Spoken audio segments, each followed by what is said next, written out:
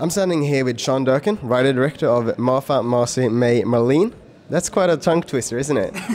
Yeah, I named the film very early in the writing process and didn't really think that it would be such a talking point, I guess. Just felt like that was the center of the movie, was her struggling with these different identities as a result of going through this experience that she goes through. So. Yeah, because the movie is a follow-up on your 2010 short, Marry Last Scene. Yes, sorry. How did that come about? Well, actually, I had written Martha. I had been writing it for several years, and we had planned on making the film in 2010. But in the summer of 2009, I wanted to direct something. So I wrote Marry Last Scene after, so it actually came from after Martha was done. But Marry Last Scene was just I wanted to make a short that was related to the subject matter, but also could stand on its own. And I'd done all this research about cults, and I had found that all this stuff about how people get involved in groups like this wasn't in the film, because the film was focusing on what happens after you leave. So Marry Last Scene was a short just to explore how someone gets involved in this group. All right. Well, how did you do the research? Because obviously there must have been a lot of research sort of going into a sort of difficult subject matter. Mm-hmm.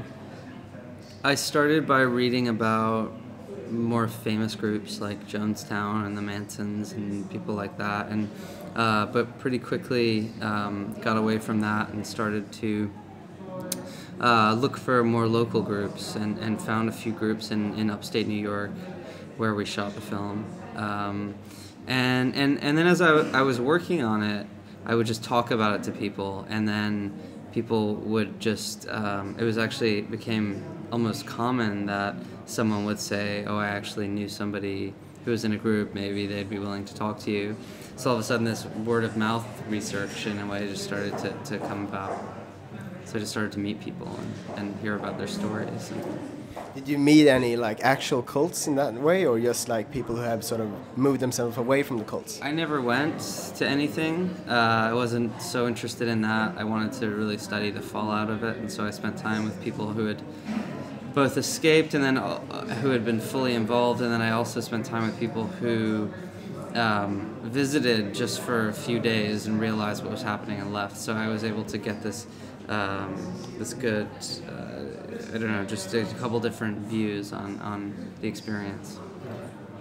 So is it something you're generally interested in, like this sort of psychological aspect of characters, or? Yeah, definitely. Like I'm always more interested in the psychological and emotional fallout of an event rather than the event itself. I'm not quite sure why, but yeah, I don't know. So if you're working on a new projects, is that something we sort of can wait or like can see from you, like another sort of really hardcore character study? Yeah, definitely. I think I'm writing something new right now, and it is definitely going to be again the same sort of mixture of family drama and thriller, and the study of how people deal with some sort of event that's shaking their environment. All right.